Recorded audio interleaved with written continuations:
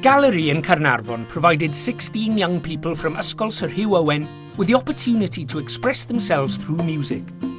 Over 6 months, the young people worked with professional musicians and poets to write, create and record their own Christmas song. Yn mis Gorffennaf nes i sgwennu can Nadolig efo'r plant, so fi eisiau wneud o a bardd o enw Gito yn dod fewn sgwennu geiriau efo'r plant. A wedyn nathon ni wario diwrnod cyfa yn sgwennu can Nadolig, oedd chydig bach yn od gan bod hi'n ganol yr ha a ddim boeth. Heddiw yma, da ni'n cael diweddglo prosiect Cyrraedd y Nod cerddoriaeth. Felly mae disgyblion ar uned arbennig Ysgol Sir Hugh yn perfformio ar gân Nadolig.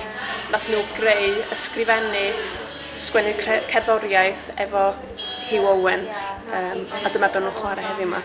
Prosiect yn ei gyfanrwydd, mi roedden nhw'n gweithio efo bardd, efo beatboxer, efo cerddorion o wledydd tramor, cerddorion Cymreig.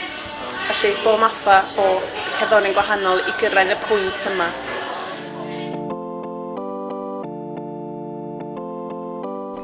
Aethon ni chwarae drums. Oedden ni chwarae drymiau a gitars a pethau a piano.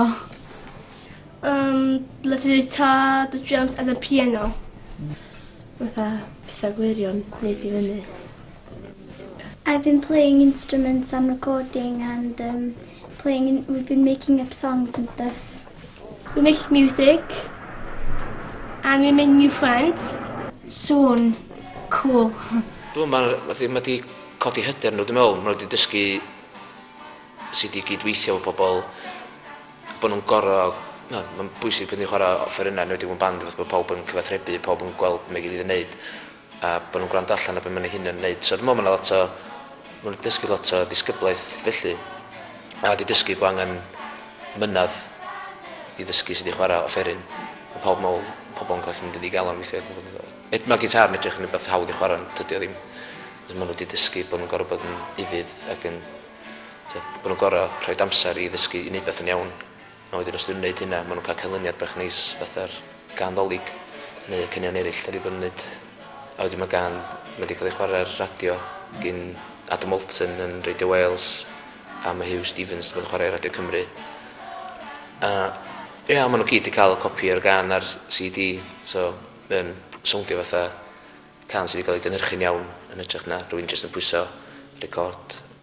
A nesa, a mae hon wedi gyfansoddi a'i perfformio gan ddisgyblion uned arbennig Ysgol Sir Hugh Owen Caernarfon fel rhan o prosiect Cyrraedd y Nod, Gallery Caernarfon. Enw hon ydy sausage, sprouts a ffwdyn.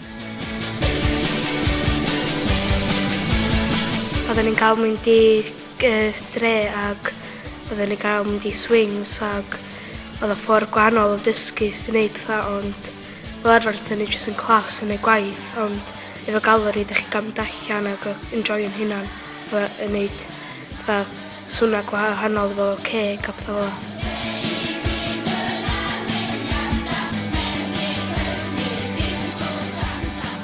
Wel, fel da chi'n gallu clywed, mae'r fydd y plant sydd ddim rili yn cael lot o sylw yn y byd real felly.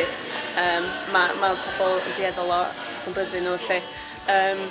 Felly heddiw maen nhw'n cael y cyfle I perfformio flaen 200 o bobl. So gynulleidfa o 200 yn gwrando ar chneuon maen nhw wedi creu hunan.